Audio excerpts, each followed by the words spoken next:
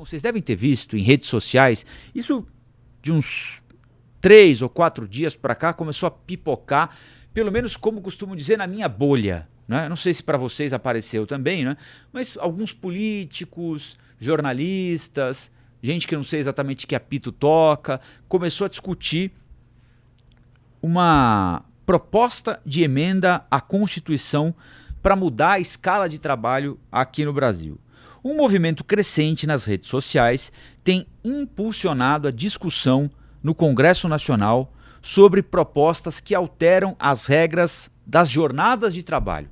Vocês têm acompanhado também essa discussão sobre a semana que vai até quinta, a sexta-feira incorporada ao fim de semana, as pessoas ficam mais produtivas ou menos produtivas? As empresas lucram mais ou lucram menos com os funcionários um dia a mais de folga? Tem gente que diz, olha, em determinado país funciona assim e por ter mais tempo para o lazer, para a família, para viajar, quando estão no trabalho as pessoas ficam mais concentradas nas suas tarefas, gastam menos tempo, estão mais produtivas, estão mais felizes, estão mais saudáveis.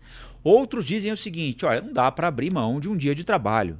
Já são 5, é preciso manter os 5 no mínimo. O pessoal precisa estar no escritório. Tem gente que não aceita nem o home office mais, né? Que é o pessoal todo de volta para o escritório, das 9 às 6, como já dizia a Legião Urbana. Né?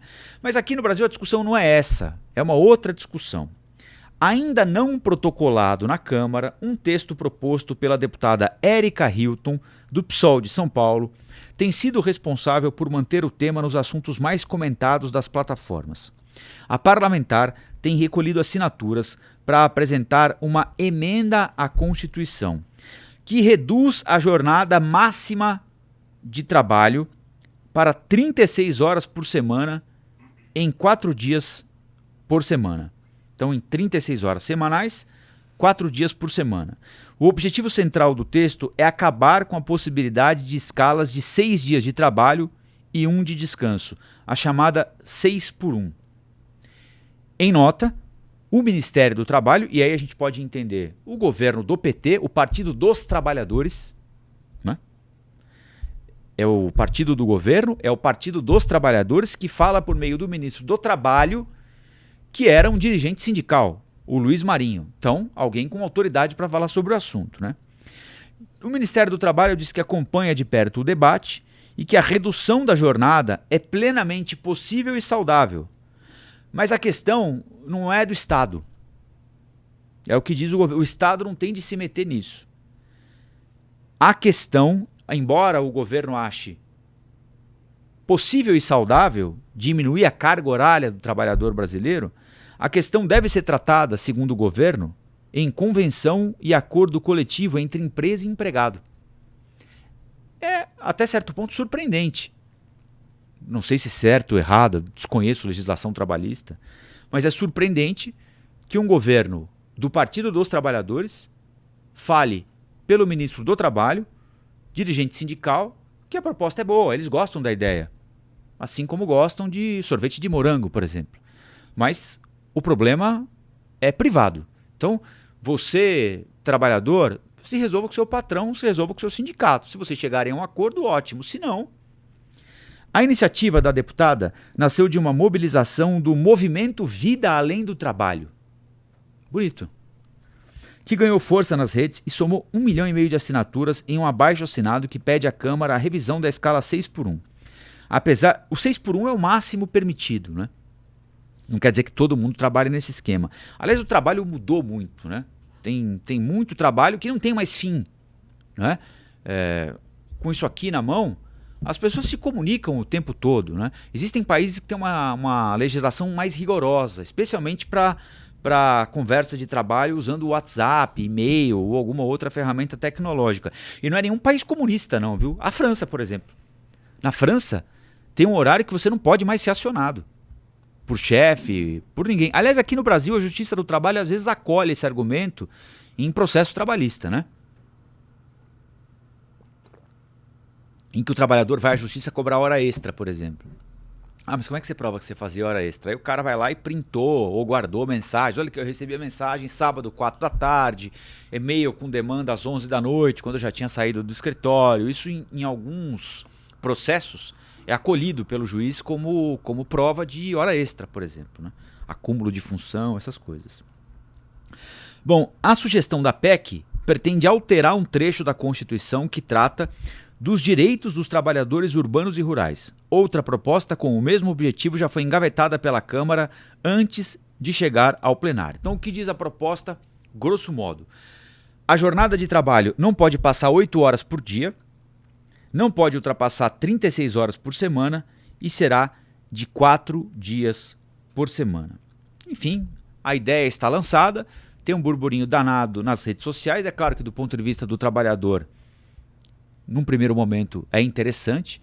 Eu já ouvi ameaças do tipo, mas vão ter de reduzir os salários, as empresas vão gerar menos receita, portanto, talvez tenham de demitir, talvez tenham de reduzir salários. Esse argumento é sempre um argumento que me deixa com o pé atrás, e aqui eu não estou comparando as coisas, né? Mas é um argumento, aliás, hoje imprimiram a capa de um jornal de circulação nacional a edição do dia em que foi aprovado o 13º salário aqui no Brasil.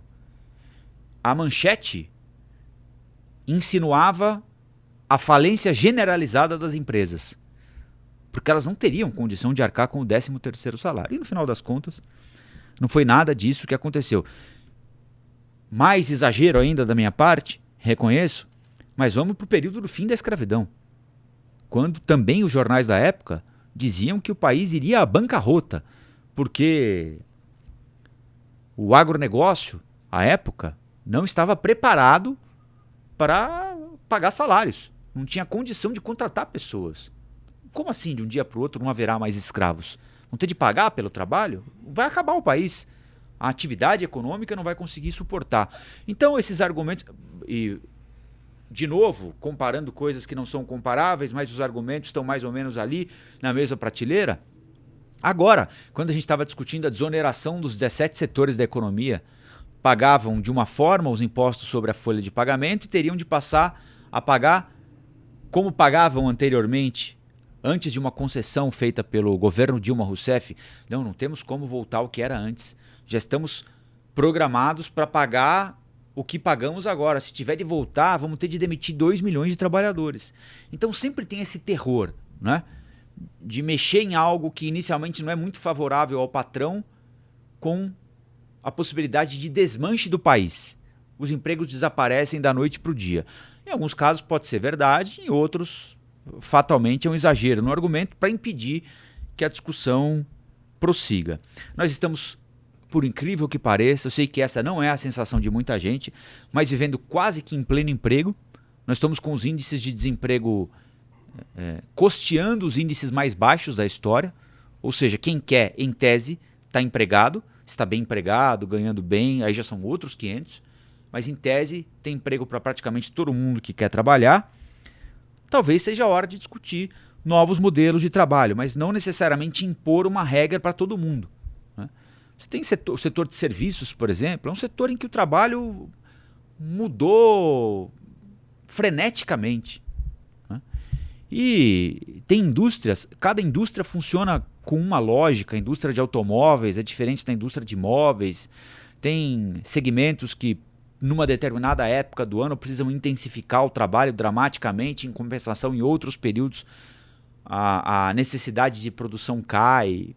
Enfim, eu acho que não passa, porque este não é um congresso afeito a esse tipo de legislação. É um congresso, digamos, mais patronal.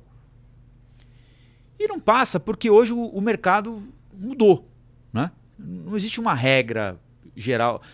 Trabalhadores do setor de serviços, não dá para botar uma regra geral para todo mundo, né? É preciso conter abusos, claro, né? Mas não sei se hoje em dia há espaço para se estabelecer uma regra só. Agora todo mundo trabalha em determinada escala, ou no máximo tantas horas por semana, ou no máximo tantos dias por semana, sendo que hoje as coisas são muito mais adaptáveis e maleáveis do que eram num passado relativamente recente. Olá, aqui é o Rafael Colombo. Gostou do que acabou de assistir? Se inscreva no canal Cortes do Flow News para os melhores momentos. Quer acompanhar os nossos programas na íntegra? Então se inscreva no nosso canal oficial Flow News.